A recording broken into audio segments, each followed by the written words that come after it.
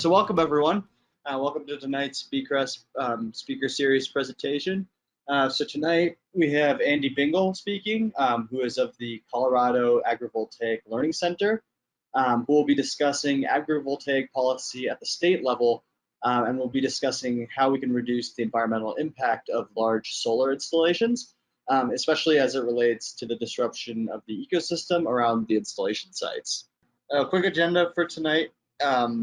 These announcements will actually run probably about 5 minutes or so.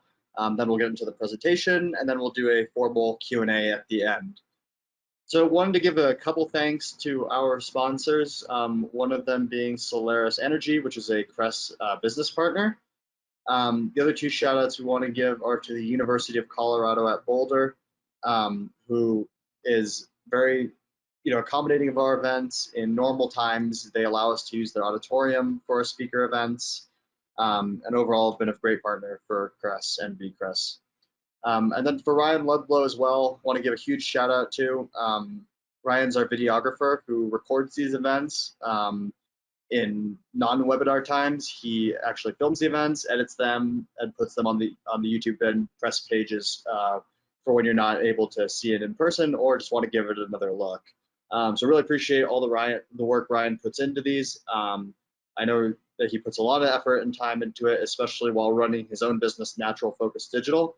So we greatly appreciate Ryan and all the effort he puts in. So for those of you who have never been to one of our events before, this webinar is being put on by the Boulder Chapter of the Colorado Renewable Energy Society. We're one of 5 chapters across the state of Colorado whose overall goal and mission is really to educate people and to raise awareness about all things renewable energy and energy efficiency. And then from there, branching into related categories such as sustainability, climate change, and what have you. So, and if you have been coming to our events either in person or online for a while now and wanted to become a CRES member, it's super easy to sign up. You can sign up pretty easily on the CRES website as of now. Normally we would have people in person to do it. Then if you want to follow any of our, the content we post and share mainly regarding renewable energy efficiency and sustainability, we're pretty active on Meetup, on Facebook as well, and Instagram. And then of course, we have our email list as well. And then for those of you who have been coming to our events for a long time, one of the things we love to do, mainly when we're in person, is to get people together, either who are trying to fill clean energy employment positions or who are looking for positions in the clean energy field, whether that's starting off their careers or just making a career transition. So we can't do how we normally do it right now, but in the meantime, these are a couple links that we know of that can give people some a good stepping stone for some good clean energy employment. So, quick little bit about Andy. He is the co-founder and current education director of the Colorado Agrivoltaic Learning Center, which is a nonprofit focused on connecting students and members of the community with clean energy and sustainability resources. He's also the executive coordinator of NCORD, which is a global energy systems modeling company. He's actually from our own backyard here, having gotten his Master's of the Environment from CU Boulder with a focus in renewable energy. And for that reason and many more, we're super excited to have him. So I'll just turn the show over to him and enjoy the presentation. As Chris was saying, I am the education director of the Colorado Agrivoltaic Learning Center, and happy to be here this evening.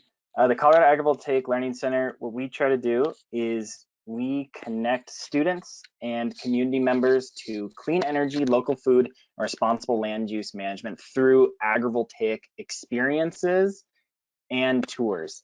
And you'll hear a little bit more about the Colorado Agrivoltaic Learning Center later, but it's a new nonprofit founded by Byron Kominick and myself as of last November. So it's been a fun project, and yeah, you'll hear a little bit about that as we continue. But what we're really here today is we're going to hear a little bit more about state level agrivoltaic policy, and we're going to look at it in the context of a pioneer. So we'll explore this a little bit further, but that's going to be kind of our theme as we can continue out. The presentation will just be about 45 minutes to an hour, and then we will have questions at the end. All right, thank you guys very much. And I'm looking forward to, for all of you, just to kind of get to know a little bit more about state agrivoltaic policy as we continue. Before we get started, I will just introduce myself really quickly. My name is Andy Bingle. As Chris said, not only did I graduate from CU Boulder recently for a master's program, but I also was raised here in Boulder and then also in Breckenridge. I got into conservation up in Wisconsin and was there for about 5 years.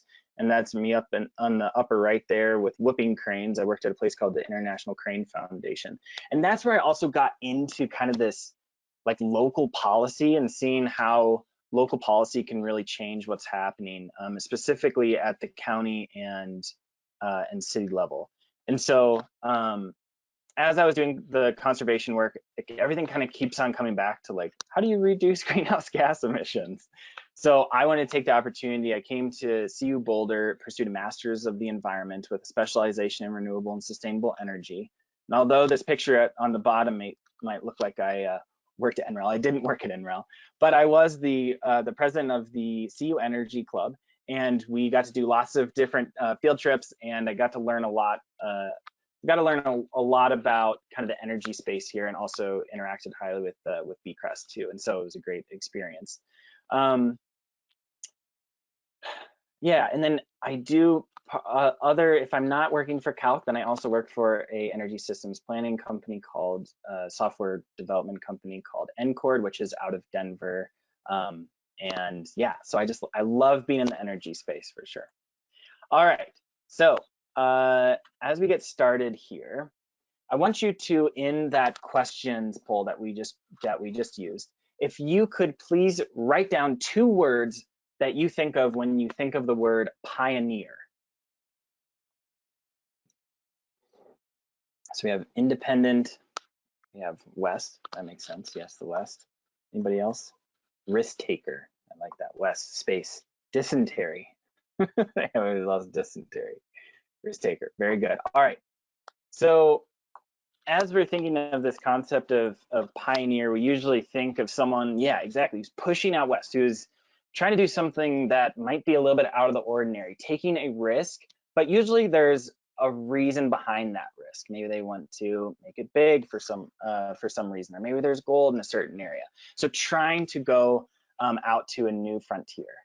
And a couple of interesting definitions that come to, or that are out there that I found interesting a little more than just the regular pioneer is a group of people that think about a new line of thought or activity or a new method of technical development. So that kind of thinks about it more in like the technical really changing socially what's happening there. And then the last one, which is a plant or animal that can establish itself in an area and then initiate an ecological cycle. And that, as you see, is something that I think agrivoltaics can do as we continue on there.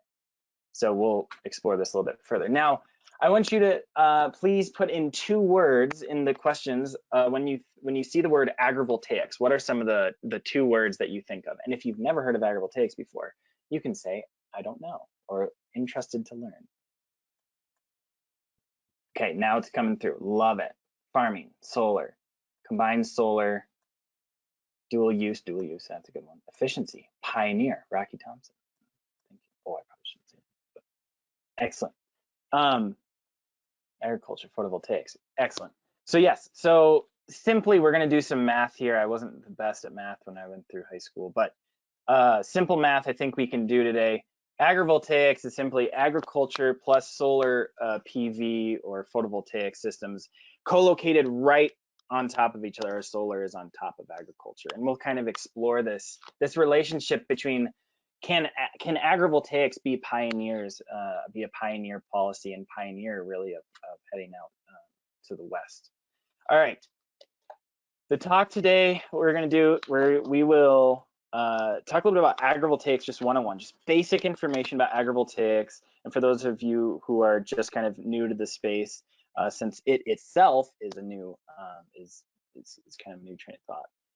Then we're going to look into agrivoltaic policy, kind of mainly focus in the context of, well, on the context of state level policy. And then we're going to try to apply all of this back to Colorado and think the importance of agrivoltaics as it could be in Colorado here. And then we'll talk about how to get involved as well.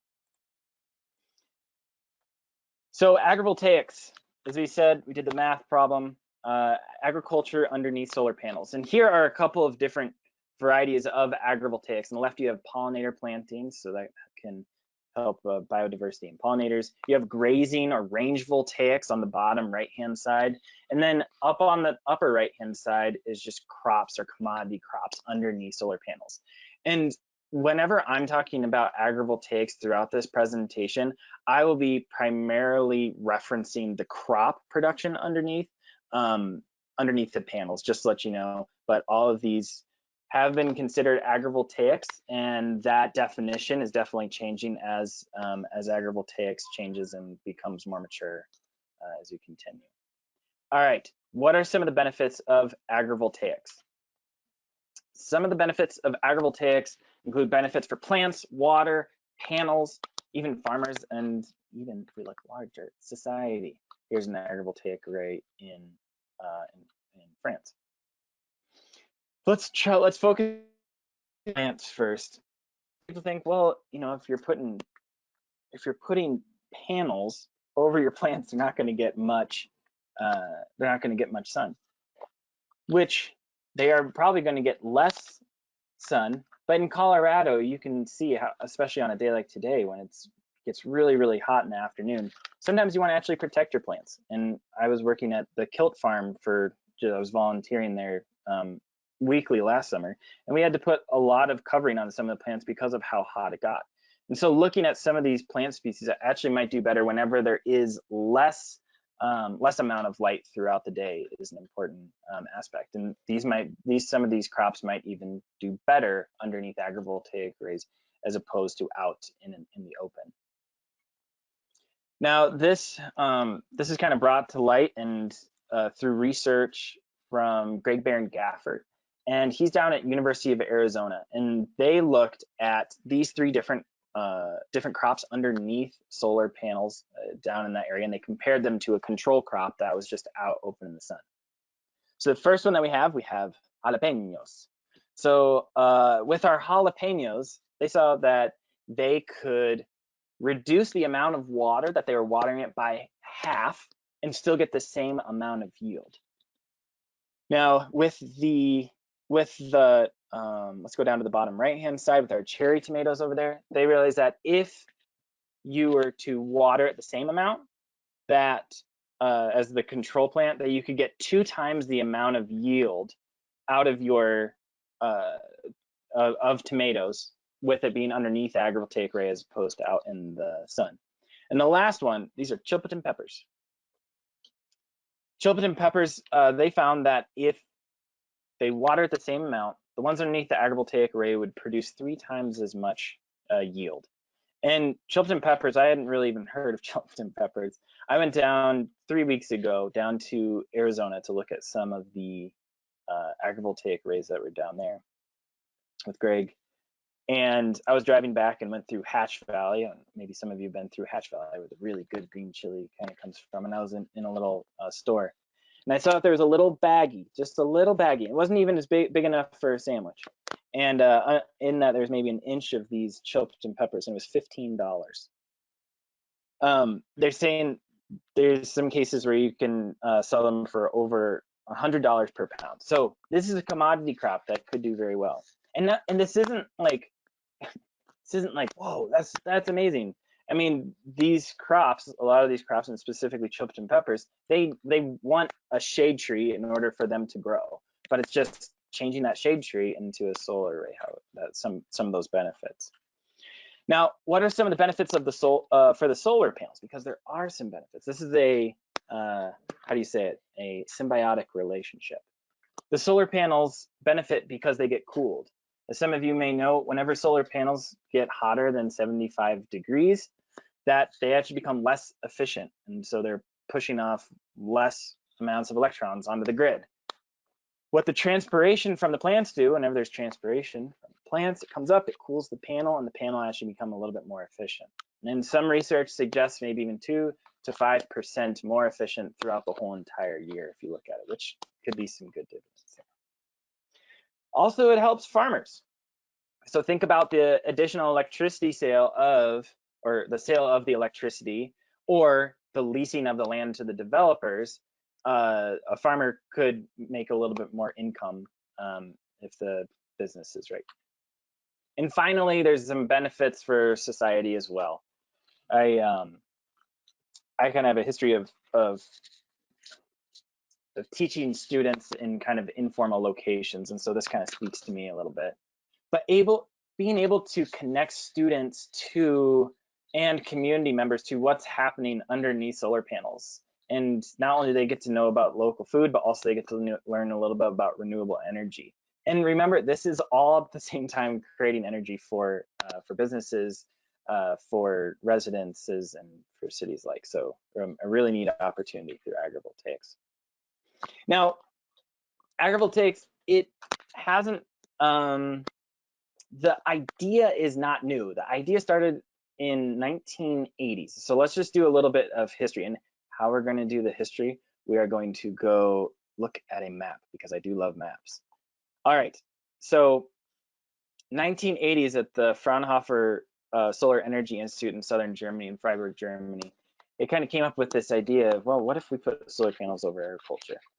They didn't actually even get to do any tests of it because they didn't have enough money until the 2010s, but back up 10 years from the 2010s, because there's another country, and I'm going to ask you to write this down, or I shouldn't say write this down, but to respond in the chat or respond in the questions area that you've been responding to.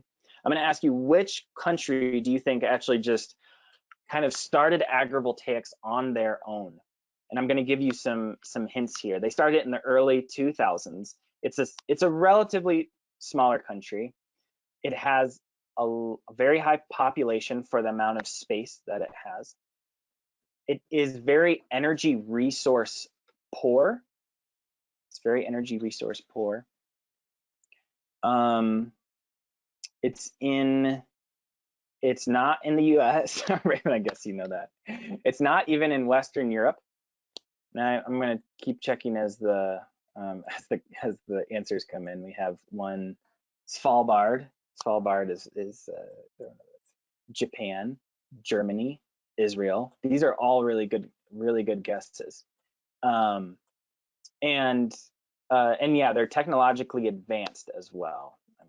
And you know what? We do have one person who's gotten it right. Yes, very good. We've gotten 2 people that have gotten it right. It is Japan. So Japan and South Korea, good. Japan, India, these are all really good, very astute. So Japan kind of was, I don't want to say forced into thinking about this, but the agrivoltaic way, what they do is they call it solar sharing, which I actually really appreciate and enjoy. But now they have over 1,000 agrivoltaic arrays there, and with a variety of different crops. And so even next week there is a international agrivoltaic conference, and there's a lot of researchers from Japan that are contributing to this work since they've been doing it for quite a while. So thank you very much for all of your responses. Now, in the last 10 years or so, agrivoltaics has really boomed in, or has been more adopted within Western Europe, in Spain, France, Germany, and the Netherlands primarily. We're starting to see some increase of agrivoltaics and thinking about agrivoltaic practices in India, and then also China as well. Right now, they're thinking that there's about, and remember this is crop agrivoltaics, about 3 gigawatts of crop agrivoltaics throughout the whole entire world. And what's interesting is there's 1 gigawatt of that is actually in China because they do everything big. I think that I kind of think of them as like the Texas of the world or something. So they're growing goji berries underneath it. I think it's a 700 megawatt right now, but they're expanding another 300 megawatts of it in order to have a gigawatt there. Let's move to the United States. United States, very nascent, just starting here in the United States. There's a couple of parts on the East Coast. Oregon State University is doing some research as well, especially with grazing. And then there are some in Arizona as well. And then there's Jack's Solar Garden, which we'll talk about a little bit later here in Boulder County, just south of Longmont too. But getting to be pretty new in the United States. And so we're just starting to explore this space here. Now, thinking about what is the future of agrivoltaics, it's obviously still a question that will be very interesting as we continue, but usually we think of agrivoltaics as just saying, okay, here is a monofacial panel or maybe bifacial panel, but kind of in the more traditional way, maybe single axis tracking. But let's think about other ways that we might be able to do agrivoltaics in the future. And so this is a kind of a test plot. I think there's only one of these type of fields so far, and I believe it's in Germany, that are thinking about what is the future of agrivoltaics going to look like. And maybe it will look something more like this. So the question is still out. It's a very exciting time to be in the agrivoltaic world and see what agrivoltaics might look like. These are bifacial panels, by the way. All right, we're going to start moving into the kind of put agrivoltaics in the context of Colorado. We're going to do this through the food, energy, water nexus, the food, energy, water nexus. As these are all resources that we need in order to survive, and we also should use them sustainably so then our next generation can benefit from them too. So again, put in the Colorado context here. Let's start with the energy and the space needed in order to provide some of our energy goals. So as many of you know, we had House Bill 1261 that passed in 2019, which put out greenhouse gas reduction goals for Colorado. By 2030, they want to have 50% reduction from the 2005 levels, and by 2050, they want to have 90% greenhouse gas reductions from 2005 levels. And so in this NREL study, it looked at see what would Colorado need as far as land regarding to meet some 2030 goals. They're saying 336,000 to 824,000 acres across these different 5 modeled scenarios. Now this is using current technology, so it's not assuming like, oh, different technologies that will be coming out, and it is assuming just solar and just wind too. And so I want to keep that in mind as we're looking. But even if we're thinking about the small side and the small end of it, to think about how much land would be needed for that if you're just pursuing that in renewables, that would mean driving from Longmont over to I-25, out to DIA, down to Denver, over to Golden, up to Boulder, up to Lyons, the small detour. Maybe we'll go to Oscar Blues. We'll have a drink at Oscar Blues, or non-alcoholic drink is fine too. And then back to Longmont. That area right there is just about 350,000 acres. And so just to put that in perspective, all right, the idea is that there needs to be space in order for renewable energy. So there's those pressures. There's also pressures on water and food. Here is a drought map as of June 1st. And I feel like we've had quite a wet May here, but look, that's all in the Front Range. Everything west of the Continental Divide is not looking so good and hasn't looked so good for quite a while. So we're in the extreme and exceptional drought categories of the Colorado River Basin, which feeds gives life to many people and plants and habitats as it makes its way down to Baja. What always amazes me, and as some of you know, is that we take water on the Front Range underneath the Continental Divide from that watershed to help not only give us water, but also give some water for some of the agriculture that is here as well. And so just thinking about how desperate Colorado is for water, I think, and we know that this will likely become more of an issue as it has in the last 10 years as we go forward. So thinking about how can we think about our agriculture maybe a little bit differently so we can maybe even save water. And that's where that agrivoltaic concept comes in. Simple as if you pour water on the ground on shade, it's going to stay there a lot longer than if you pour water on the ground where there's no shade at all. Now, there has been research done, and I'm going to bring back up Greg Van Gaffert from University of Arizona, has shown that there's really good benefits for agrivoltaics, specifically in drylands and arid locations. So that's, you know, where we are in Colorado. It's pretty arid. Now, if we think back to all those other places that have had agrivoltaics, you're thinking Western Europe. Okay, Spain can be dry, but Japan, even India, China, Colorado and Arizona are kind of on a little bit of a different level than as far as dryness of climate goes. And there's some really good benefits for agrivoltaics. And agrivoltaics can play a key role in especially the water reduction use underneath panels. And so that's something that really excites me about this opportunity in Colorado. All right, enough talking about agrivoltaics, although I always find it very interesting. Let's go west. So it seems like agrivoltaics, this is a great idea. This is a wonderful idea that I think Colorado and maybe some other areas out west, especially more arid areas, maybe should adopt or incentivize. And so just like the pioneers, we saw that there's gold out there. Let's go get it. It's going to be no problem, and we're going to be rich in no time. Well, we know that through the pioneers also didn't have such a nice experience sometimes, a lot of times. There's barriers and there's difficulty, there's roadblocks that we have to overcome before we can actually get to the place where we see agrivoltaics more widespread. And it took a long time for pioneers to feel comfortable about where they were going to sustain life. So let's look at some of those agrivoltaic barriers here. There are a lot of barriers for agrivoltaic adoption as it stands. There's definitely complexity and, of course, the extra cost because you have to bring it up off the ground, bring the array up off the ground. There's uncertainty as well. How are the finances actually going to be? And do we have enough examples of which crops grow really well underneath solar panels? And what if I have those vertical solar panels instead of the solar panels that are east to west facing? So there's a lot of questions there. Also questions about safety and liability for if there's any farmers that are going to be interacting underneath that space. And then regulation as well.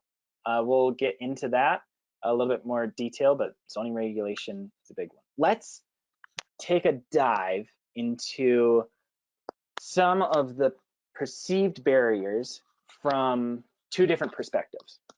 First, we'll go to the developer, and then we're going to go over to the farmer. And these excerpts were taken from two research papers that Alexis Picaris from Michigan Tech University has recently actually put out. Very interesting work, kind of more on the social side of agrivoltaics, which I find very interesting. So this is from her work. So this is a quote from a developer talking about agrivoltaic system. Basically, it's just an extra thing, right? If a developer can work over here and just pay a landowner minimum price and still put up an array that doesn't actually require you to lift the array at all, well, then I'll just go there instead of having to work with a farmer and to see what the agrivoltaic array might look like. Again, yeah, there's no incentive here. Here's another quote that you can read from a policy expert with experience in agrivoltaics.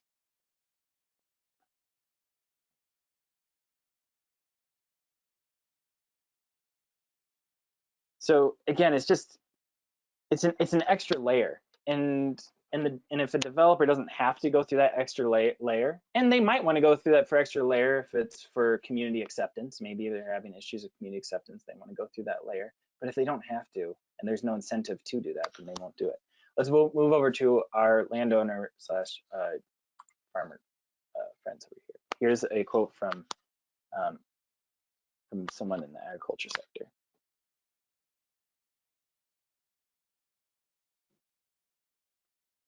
So in this one, we're saying, well, I'm not really sure what this agrivoltaic farming will look like going into the future. If you use those vertical solar panels, or there's one picture I had a little bit earlier that had the solar panels that were 15 feet or 20 feet up off the ground that you could get a combine under. So we're just starting to get into what agrivoltaics might look like. Here's another last little bit from a agriculture sector participant requirement. So again, just practical barriers. So there's a lot of these barriers that are coming into play, and there are different ways that we can address this. Obviously, the ones that I want to look at today and what we're going to look at today is through policy. How can we address some of these barriers through policy? Because we know that it seems like it would be good for especially the arid West to adopt some of these agrivoltaic practices. So here's 3 levels of government, and we're going to talk specifically about the state, but we have our federal government on the left, we have our state on the bottom right, and then I think it's Boulder County actually on the, oh yeah, Boulder County, up on the upper right-hand side. So at all these different levels, there are different incentives, there's different barriers that can be overcome a little bit more easily. At the federal level, we do have the investment tax credit, which is beneficial, and then the REAP program, I'm gonna forget that one.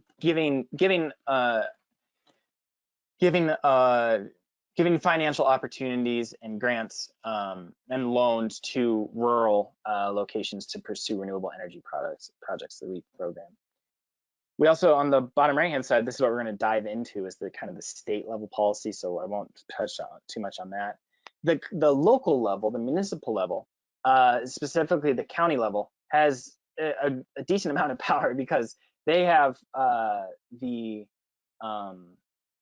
they kind of have they can work with the land use and figure out the zoning as well, and so that can be a very difficult thing. And there's especially a lot of counties, kind of when the solar boom happened, kind of about 10 years ago, and that's becoming more into rural areas, a lot of people are saying, oh my gosh, we're turning our beautiful agricultural land into commercial use. So one, we're either going to pump it up and we're going to make it a commercial land use, and so you're going to have to pay more taxes, or two, we're just going to ban it on agricultural land, period. And so now there's this concept that, well, solar equals commercial equals bad equals not helping environment, and so we're now kind of putting these rules in place, and that's a lot at the county level, and that's its own hurdle. However, let's focus on state and state level agrivoltaic policy. So I don't know if I mentioned this in the beginning. When I was a master's student, this was one of my studies, and one of the things that I focused on was, I was just curious. I said, well, what agrivoltaics seem good? What state level policies are there? And so a lot of this information, some of these graphics are from December of this year. Since this is such a changing landscape, there are some states like California, Oregon, and Texas that are now actually just starting to adopt some of these, specifically the pollinator-friendly designation legislation. So just keep that in mind as we continue on today. There are 2 main types of agrivoltaic policies at the state level right now. And it's the pollinator-friendly designation, and that's voluntary designation, as I'll get into. And then also a agrivoltaic rate adder legislation for only one state, that is Massachusetts. And we'll dive into that as well. The first one is this pollinator friendly designation. So the idea, and over here on the right hand side, this is a what do you call it, scorecard. It's a scorecard. So if a developer, say the solar developer, is putting up an array and can check off on certain amounts and certain aspects of it, so if they have a certain seed mix, if they have certain native plants, and they get a certain amount of points, then they get a sticker, they get a metaphorical sticker that says the site, that designated site is pollinator friendly. And this is a voluntary opportunity. The first one that passed was in Minnesota in 2016. It is now spread, as you saw in that last map, to about 9 different states and counting. And I think that also, as I had mentioned, Texas is, I think the bill is on the governor's desk right now, so it's already passed House and Senate. So it's moving towards that way. But that is primarily just for pollinator plants. It's not for specifically crop or solar grazing underneath those things. I'll stop there with the pollinator friendly designation. Actually, no, I won't. One of the aspects about the solar pollinator designation, although it is voluntary at the state level, there are some counties that are requiring it now. And I know that in Michigan as well, there was a state mandate for a certain region to have also to be mandated that they would, if there's a solar array in this area, that they would have to do it. So you can mandate it in some aspects or some places, but it's but primarily it's just voluntary, and then it's up to the counties primarily for most states. Going back to this map, we're going to zoom into this idea of the agrivoltaic rate adder legislation. And you also might, maybe you noticed this in the beginning as well.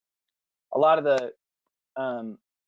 the states that you see here are kind of usually where the pioneers started, and then they made their way out west. So you can kind of see the theme of where it is starting and where we'd like it to go in the future. All right, the SMART program, the Solar Massachusetts Renewable Target Program.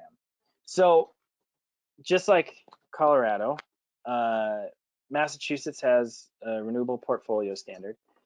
And they actually have a solar carve out, so saying that one of their renewable, or in order to meet their renewable portfolio standard, they have a solar carve out every single year, and they actually change it every single year of what they want. If they want, I think right now it's like a 1.6% of all electricity sales has to be solar.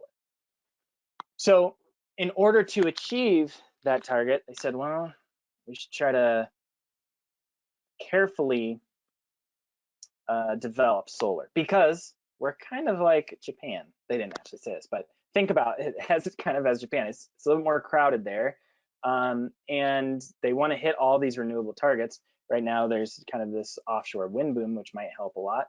However, if they want to do solar, should put it in areas that maybe don't affect some of the other cultural heritage they have there, like some of their agriculture. And so the SMART program starts out, and it's a feed-in tariff. So you are probably, some of you or most of you are probably familiar with this concept that if you want solar energy, then you have utilities pay and offtake that solar energy from that solar development for a certain cost, right? And it's usually elevated. So per kilowatt hour for a long period of time, or for a set period of time, 10, 20 years. The SMART program has a base rate. It has a base rate that it starts off with, and the base rate changes depending on how big the array is, where it's located within Massachusetts, and also how much solar to that point has already been installed. They're called like kind of blocks. So if you're in block 1, you'll get most. If you're in block 2, you won't get quite as much if you're in block 3. I won't get too much more detail about that, but there is a base rate. And the base rates, which I was kind of amazed at, they range from 14 all the way to 40 cents per kilowatt hour. And that's the utility purchasing that off of the of a solar array, which was like, I mean, yeah, that's a decent amount.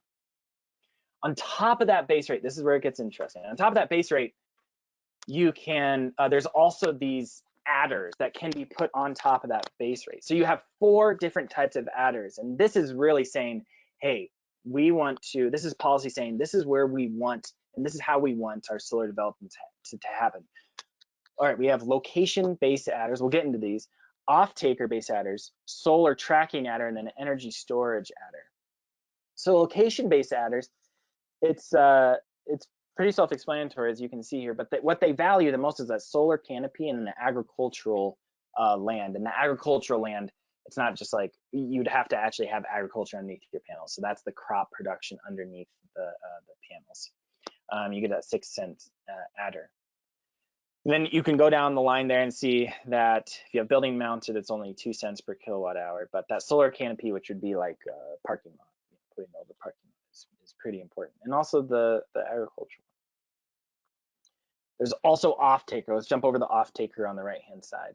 So depending on who your off-taker is, you're going to also get a value adder to that. So community shared solar and low-income community shared solar do get the most there.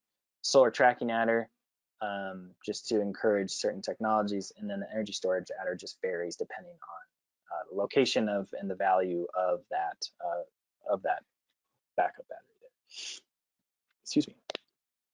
So those are the adder values. Very interesting. Let's take a jump into the agricultural rate out of the agricultural solar generation tariff unit, or ASG2. So it has the rate adders of 6 cents, and there's also this greenfield, I guess you could call it a subtractor. The greenfield subtractor would be like if I was a developer and there was this nice agricultural field, and I said I don't want to do agrivoltaics, I just want to put nice solar panels on there and not worry about that. Then you would get the base rate, but then you'd actually get cents below the base rate. So you'd actually get below the base rate.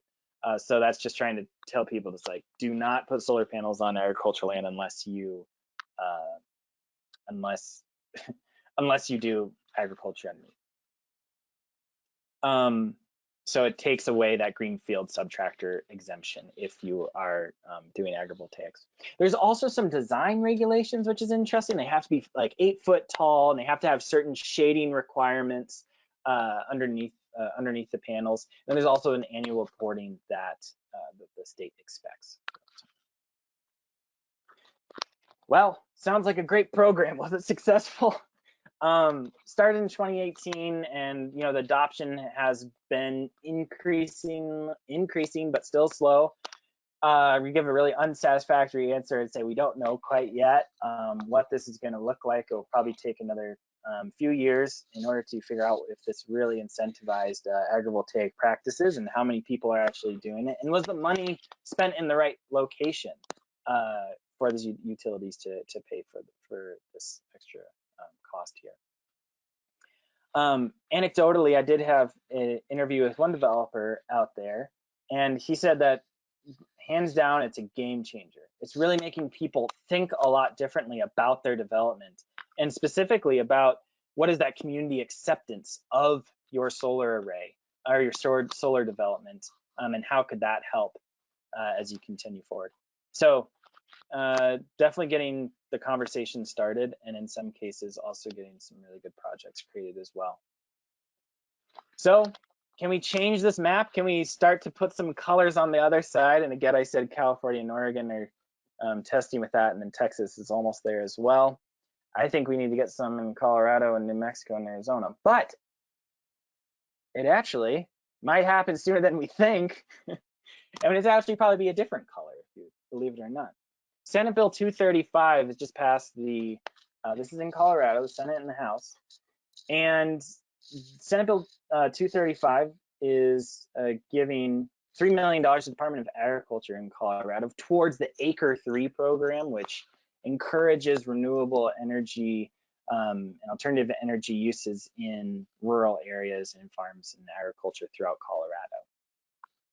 Colorado. And what's exciting about this is that we have a senator and then also Representative Tracy Burnett and Senator Sonia Yakos Lewis, who have been coming out to Jack's Solar Garden that we'll talk about in just a little bit briefly, and we're in part inspired to help include agrivoltaics into this House bill.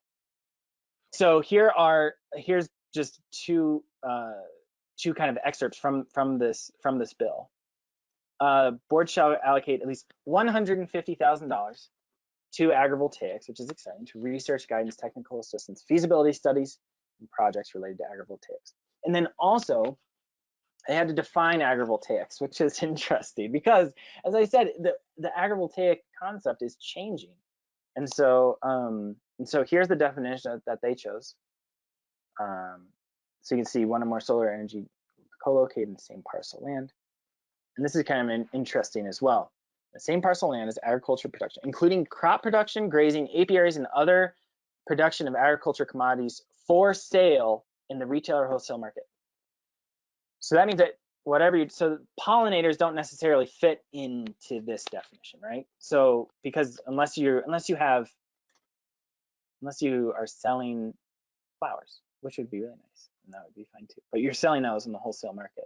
So it does leave out a little bit of the ecosystem services that might be there. And then also, if we look at the co-located on the same parcel of land, I would be interested to see if it would have to be if it has to be on the direct same parcel of land, or if that means that they can be on the same, like say acre or something like that, and maybe half the acre is production, half the acre is not. So I think that there's still some questions within the definition, but the most important thing is that we are talking about it is getting started, and it's an exciting time to be in the agrivoltaic policy space. So I just want to thank representatives and senators for pursuing it and knowing that this might be a changing thing for Colorado. All right, we're going back to participatory as we start to finish up here. All right. We have our different policy options that are here. We talked about the three of them here. We have pollinator-friendly solar designation. We have kind of the research best practices funding of agrivoltaics, which is exciting, and that's in Colorado. Then we have the SMART program, number 3. Now there's also some other ones that we haven't talked about yet. Let's think out of the box. Colorado likes to think out of the box, right? So in some of those quotes that we had heard from the developers and some of the farmers as well, what it seemed like a big issue was kind of this transaction cost, right? So developers to say, you know what, I have to work with someone for a long period of time in order to get this started. And even farmers or landowners, they say, you know what, I don't know if I really want to deal with this because it's too risky. What if there was an incentive that incentivized farmers and developers to talk, to get together, to communicate, and start to see what does this look like if we actually pursue agrivoltaics together? What would a policy like that look like? And so that's number 4 that I'm going to throw out there for you. And then number 5 can be an other, maybe something that you're thinking of right now and be like, why hasn't he said this? I have the best idea. So if you could, what I'm going to ask you to do is pick your top 2 that you would like to see adopted in Colorado, and put the first one that you would like to see first, and then the second one that you'd like to see kind of a little bit less second. And just put the numbers. You don't have to put the whole thing. Just put like, oh, I would prefer number 3, the smart adder, mixed with this transaction cost support, number 4. So we'll give you some time, and you can, if you want to put more than 2, you can put more than 2, but just put your number, your first priority first, and then as you keep on going down. Thank you very much for putting your information down and capturing this. I hope maybe Chris can answer this question later, but I hope that we can capture some of this, and then we'll be able to save the questions because that would be helpful to see that too. So thank you for engaging with that. So now, of course, we all like to think about how can I make a difference, right? Well, you can be a pioneer too. You can be a pioneer of agrivoltaics. First of all, just advocate on behalf of agrivoltaics. What does that look like? Just tell your friends about what agrivoltaics is. And if you hear about agrivoltaics or agrivoltaics comes up in a county meeting, go there and support. Maybe Zoom in, or maybe even go in and listen to the meeting that they're going to talk about agrivoltaics and support it. Or if you still have questions, come to the Colorado Agrivoltaic Learning Center and ask us questions that you're just not really sure of. Is agrivoltaics the answer for everything in the whole entire world? No, not at all. It's going to take a lot of different things in order for this to happen. But if we're going to have to put a lot of solar on the ground, I feel like it makes sense to do it responsibly as we continue. You can support, obviously, agrivoltaic legislation as we go forward. You can also support the Colorado Agrivoltaic Learning Center. As we are a nonprofit, we're trying to get the word out to everybody as much as we can. And you can donate at coagrivoltaic.org/donate, and we would love your support and see you out for some of our events that we have. And you can also just sign up for our newsletter if you'd like to online there too. All right, let's do some takeaways here. Agrivoltaics, they have some really good opportunities in especially arid climates because of that water that they can save. that's just great thing. State level agrivoltaic policy is lacking in the United States in the American West, but there's such a good opportunity right now to really lay the foundation as Senate Bill 235 is just starting to do, which is so exciting. So being able to see this come alive, and we can become a part of the story too. So whenever you hear about someone talking about this in the future, you can join. The last thing that I am encouraging you all to do, come on out to Jack's Solar Garden. Jack's Solar Garden is a 4-acre agrivoltaic solar array. They have 6 different research plots underneath that, and they're working with University of Arizona, Colorado State University, National Renewable Energy Laboratory, and then this other nonprofit, Sprout City Farms, is managing a good amount of land underneath the panels as well. You're going to be able to buy agrivoltaic food from the Longmont Farmers Market starting this fall, which is so exciting. And that's in part, or that is all due to Jack's Solar Garden. We at the Colorado Agrivoltaic Learning Center do offer public tours every single Saturday at 10 a.m. They're tours from May 1st until October 31st.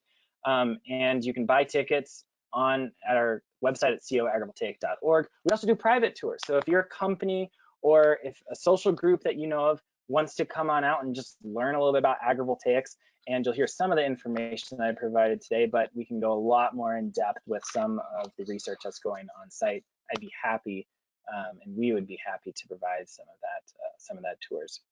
This fall, or even today, I was walking around the site with some teachers. What we're doing right now is we're developing our agrivoltaic curriculum that we're going to offer to high school students starting this fall. And we are our goal is to provide those high school tours for free to all students that would like to come. And so we're excited about working with teachers and doing that. And so, yeah, but we'd love to see you out on our site as well.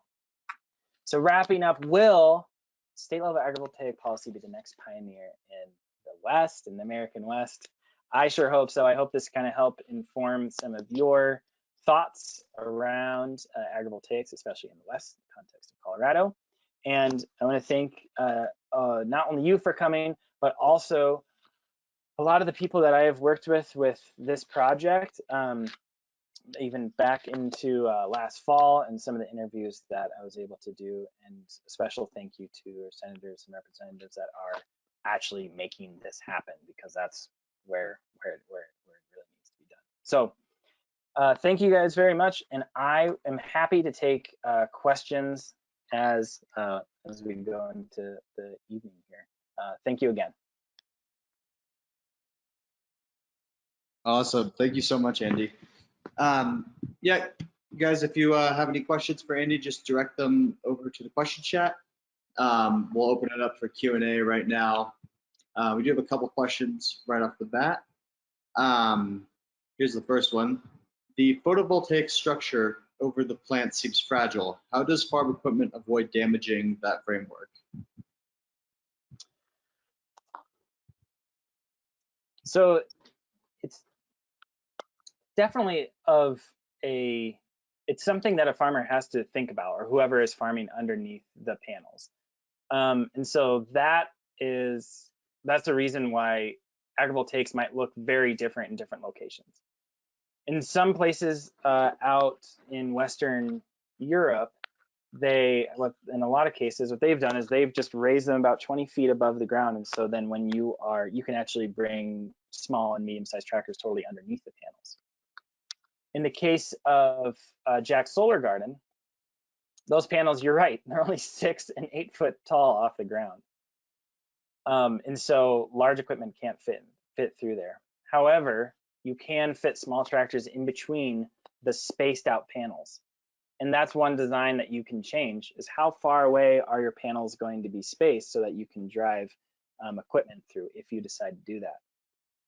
The Sprout City Farms, who's going to manage the land under a good amount of the land underneath Jack's Solar Garden panels, they're going to do most of their work, almost all of the work, using hand tools, because that's what they've done in the past.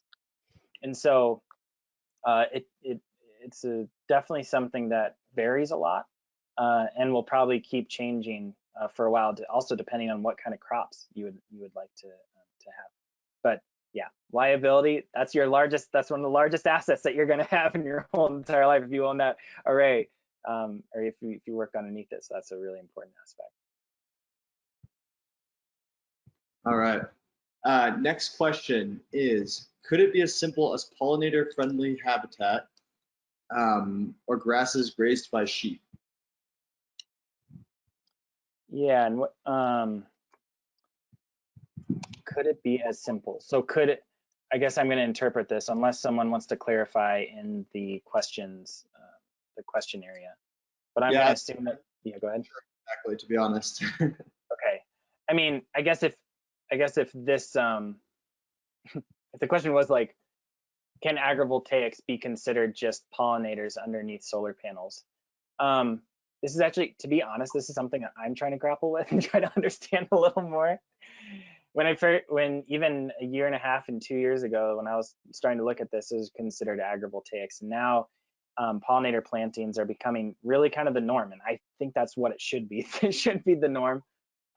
Whereas solar grazing and crop production underneath the solar panels is agrivoltaics, and kind of, I want to say, kind of like the true form or the thick form. Yeah. Okay, next question. Have there been problems with plant respiration causing corrosion to the photovoltaic structures? Interesting. Water from transpiration coming up and hitting the panels. You know, I am unsure about that. Yeah, so I don't know about that answer. My thought would be that they're meant to be, you know, panels are meant to be outside all the time, and so if they don't have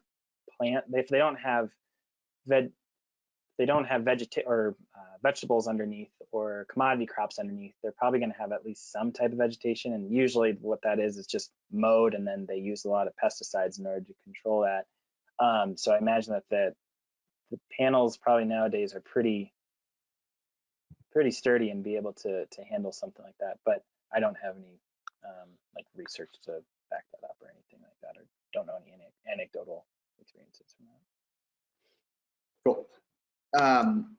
All right, next question. Are there any studies on pollinator habitats under an array increasing yields of surrounding farm fields? Ooh, interesting.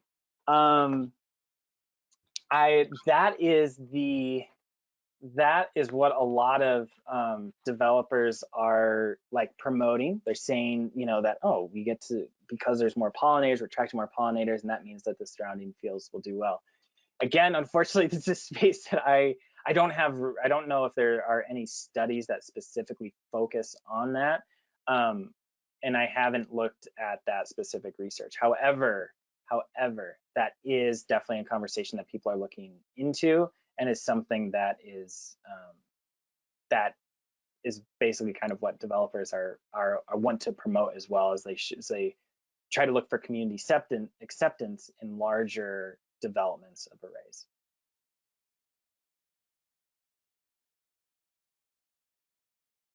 All right, next question. How does the man-made irrigation work under the arrays? Yeah. So yeah, if you think about it, you can't just do like broadcast, you know, irrigation. So specifically at Jack Solar Garden, they are going to be doing drip irrigation, and drip irrigation, as respondent probably, or the questioner probably already knows, does help reduce the amount of water of evaporation of the water, and so that is seen as something that would be employed. However, once you start getting to these larger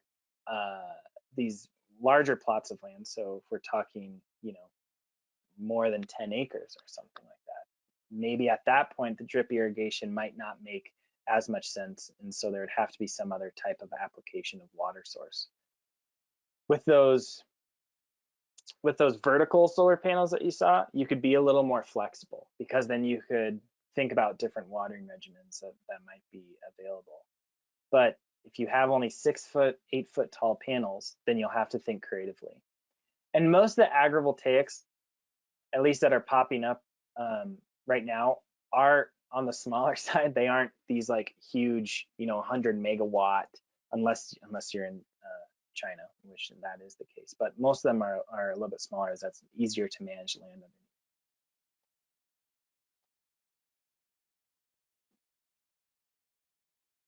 Oh, I was on mute. How about combining solar panels with water spray irrigation to keep the panels cooler while providing minimal water usage?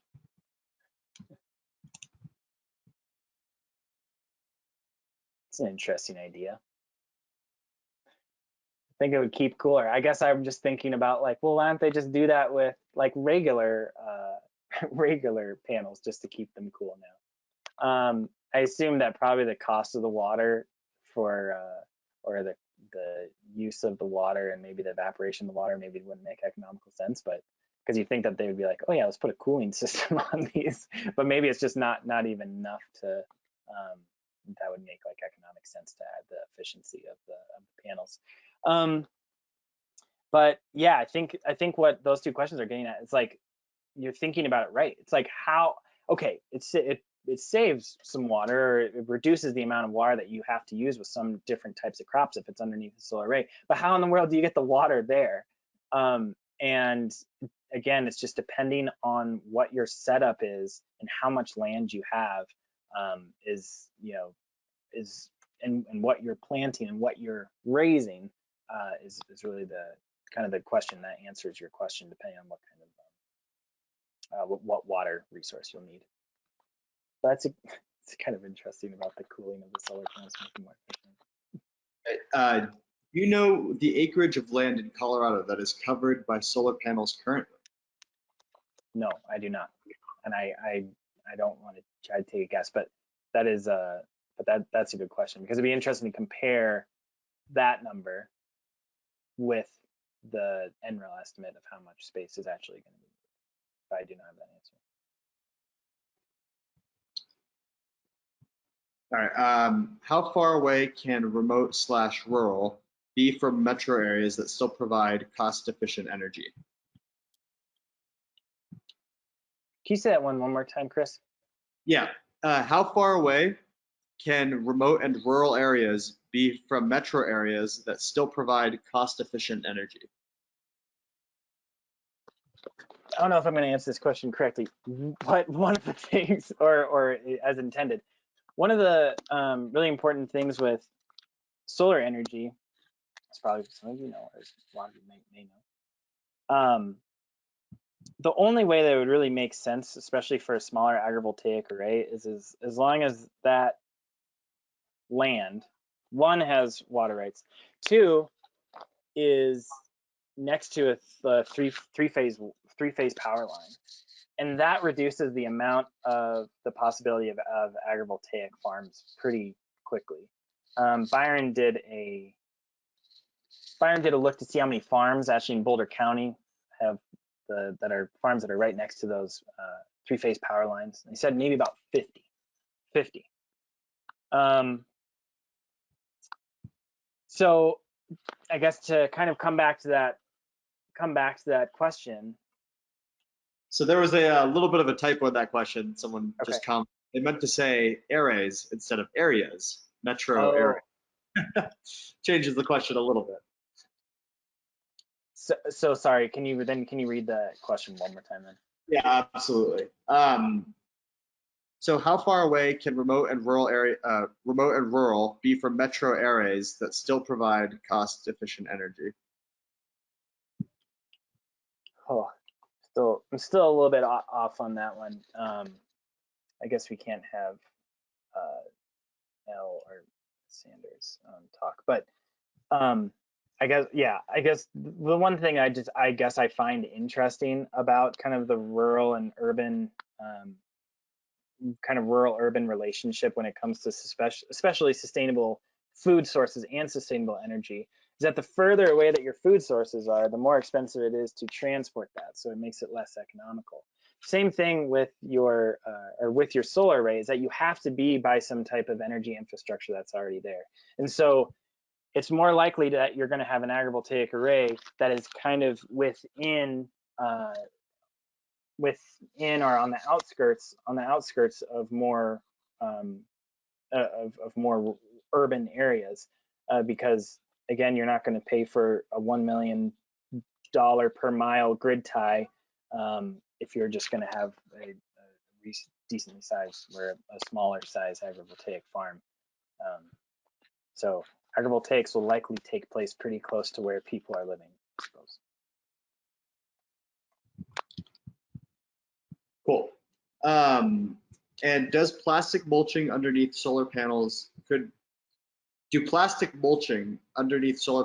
make any change, positive or negative? Sorry, that one's worded a little funny. Huh. You know, I guess there was one thought about this I think we had talked about, because there's some farmers or some farms that do like the whole entire plastic that's over it, and then you kind of have like the poked holes where broccoli comes up or whatnot. One of the things is that would, I mean, it's supposed to keep the soil temperature warm too. That's one of actually the main reasons, but it would also make the array a lot warmer as well, because there'd be a lot of heat radiating off of that plastic covering. So if that's what is intended by plastic mulching, of having that plastic cover along the whole entire bed, I guess the one concern I would just think about would be, how much are you raising those temperatures underneath that array? I think one of the benefits, especially that we're seeing in Colorado, is trying to keep those temperatures cool underneath the array during the day, and then and then actually a little bit warmer at night, which is kind of nice too. And it actually extends your growing season a little bit. All right, we have one final question. Where are some of the best places to tour agrivoltaic systems in the US? I've been to Biosphere 2, but that seems to be just for illustrating possibilities. Cool, Chris. That's cool you've been to Biosphere 2. I was just down there 3 weeks ago, and it was kind of like for demonstration purposes. I'm just gonna do a shameless plug. Jack's Solar Garden, just south of Longmont. I mean, but to be honest, there aren't that many agrivoltaic arrays that are opening up their arrays to just people every single weekend just to come onto the space and learn about agrivoltaics. And they're really, even just in the US, there aren't that many agrivoltaic arrays, period. You're right, Chris, that at Biosphere 2, you can see an agrivoltaic array. However, I don't even think that the solar panels are even hooked up creating electricity at the moment. They're just kind of there. So if you really do want to see something exciting, I highly recommend coming out to Jack's Solar Garden, just south of Longmont, having a tour of the Colorado Agrivoltaic Learning Center, learning about some of the agrivoltaic practices there. Awesome. Well, thank you so much, Andy. Really appreciate you coming to speak for us and educating us on agrivoltaics. I know it's a topic that we don't hear a lot about, and that we should be hearing a heck of a lot more about. So thanks again. So unless you have any last second thoughts or comments that you want to share with the group, I will we'll finish up for the evening. But again, thank you so much for coming to speak for us. Great. Yeah, I just want to say thank you, everybody, for being participatory. I know that we've spent a year and a half doing these online things, and hopefully keep your attention a little bit with this. I can't wait to see everybody in person and start going to some of the BCRES meetings again. And thank you very much, BCRES, for reaching out and being curious about some of the changing opportunities around agrivoltaics and seeing where our future is going. So I appreciate it. Thank you very much, everybody.